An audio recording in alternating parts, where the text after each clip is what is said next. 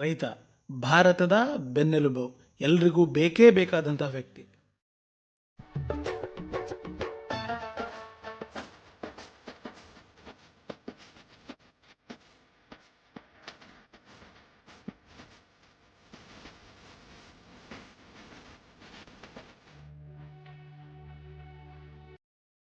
ರೈತ ಭಾರತದ ಬೆನ್ನೆಲುಬು ಅಂದರೆ ಮನುಷ್ಯನಿಗೆ ಬೆನ್ನೆಲುಬು ಹೇಗೆ ಗಟ್ಟಿಯಾಗಿರಬೇಕು ಮತ್ತು ಅದಿಲ್ಲ ಅಂದರೆ ಏನೂ ಮಾಡೋಕ್ಕಾಗಲ್ವೋ ಹಾಗೆ ಭಾರತಕ್ಕೆ ಅಥವಾ ಪ್ರಪಂಚಕ್ಕೂ ಕೂಡ ರೈತ ಬೆನ್ನೆಲುಬೆ. ಯಾಕಂದರೆ ರೈತ ಉತ್ತಿ ಬೆತ್ತಿ ಬೆಳೆದು ಕೊಟ್ಟರೆ ನಾವು ತಿನ್ನುವಂಥವ್ರು.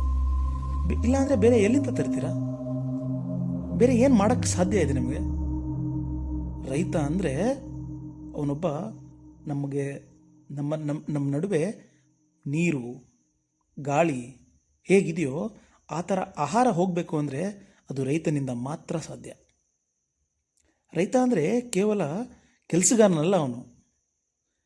ಈ ಭಾರತದಲ್ಲಿ ರೈತ ಅಂದರೆ ಅವನು ನಮಗೆ ಊಟ ಆಹಾರ ಗಾಳಿ ಅದು ನಮ್ಮ ನಮ್ಮ ನಮ್ಮ ಒಬ್ಬರ ದೇಹ ಇರಬೇಕು ಅಂತ ಅಂದರೆ ಆಹಾರ ಗಾಳಿ ನೀರು ಅವೆಲ್ಲ ಹೇಗೆ ಬೇಕೋ ಆಹಾರ ಬೇಕು ಅಂದರೆ ರೈತ ಬೇಕೇ ಬೇಕು. ಅಂಥ ರೈತರಿಗೆ ಸರ್ಕಾರಗಳು ಏನು ಮಾಡ್ತಿದೆ?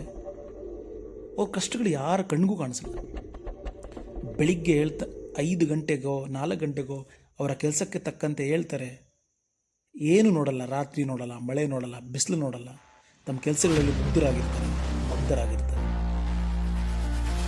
ಅಲ್ಲಿ ಓಡಾಡಬೇಕಾದ್ರೆ ಪ್ರಾಣಿಗಳು ಹಾವುಗಳು ಯಾವುದ್ರ ಬಗ್ಗೆನೂ ಚಿಂತೆ ಇಲ್ಲದೆ ಉತ್ತು ಬೆತ್ತು ಬೆಳಿತಾನೆ.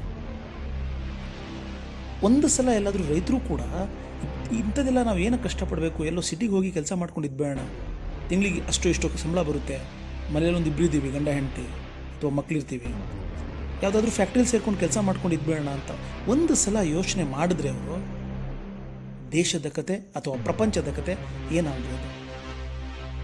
ಅವರು ಆ ಥರ ಯೋಚನೆ ಮಾಡುವಂಥ ಕಾಲ ತುಂಬ ಹತ್ತಿರ ಬಂದಿದೆ. ಯಾಕಂದರೆ ಯಾವ ಸರ್ಕಾರಗಳು ಕೂಡ ಅವರಿಗೆ ಬೇಕಾದಂಥ ಸವಲತ್ತುಗಳನ್ನು ಕೊಡ್ತಾ ಇಲ್ಲ. ಯಾರು ಬೀಡಿ ಸಿಗರೇಟ್ ಧೂಮಪಾನ ಮದ್ಯಪಾನಗಳಿಗೆ ಇರುವಂಥ ಬೆಲೆ ರೈತ ಬೆಳೆಯುವಂಥ ಬೆಳೆಗಳಿಗಿಲ್ಲ. ಅವ್ರಿಗೆ ಸಿಗುವಂತಹ ಜಾಗಗಳು ಅವ್ರಿಗೆ ಸಿಗುವಂಥ ಮಾರ್ಕೆಟ್ಗಳು ರೈತನಿಗಿಲ್ಲ, ರೈತನ ಬೆಳೆಗಳಿಗಿಲ್ಲ. ಇನ್ನೇನು ಮಾಡ್ತಾನೆ ಮತ್ತವನು? ಪ್ರಾಣ ಬಿಡ್ತಾನ? ಪ್ರಾಣ ಬಿಟ್ಟರು ಕೂಡ ಅವನಿಗೆ ಬೈತಾರೆ. ಮತ್ತಿನ್ನೇನು ಮಾಡ್ತಾರೆ? ಅವ್ರಿಗೆ ಕೊಡೋ ಸಣ್ಣ ಪುಟ್ಟ ಸಾಲಗಳನ್ನು ತೀರ್ಸೋಕ್ಕಾಗದೆ ಅದಕ್ಕೆ ಬಡ್ಡಿಗಳನ್ನು ಬೆಳೆಸಿ ಅವನು ಯಾವುದು ನಂಬಿರ್ತಾನೆ? ಬೆಳೆಗಳನ್ನು ನಂಬಿರ್ತಾನೆ. ಆ ಬೆಳೆಗಳಿಗೆ ರೇಟ್ ಇರಲ್ಲ. ಇನ್ನೇನು ಮಾಡ್ತಾನೆ? ಅವನ ಕಷ್ಟ ಯಾವಾಗ ನೋಡೋದು ನಾವು?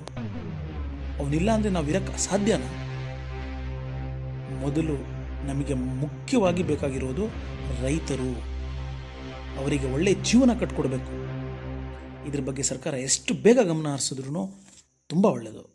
ರೈತರಿಲ್ಲ ಅಂದರೆ ನಾವಿಲ್ಲ, ರೈತರಿಲ್ಲ ಅಂದರೆ ದೇಶ ಇಲ್ಲ, ರೈತರಿಲ್ಲ ಅಂದರೆ ಏನೂ ಇಲ್ಲ. Thank you.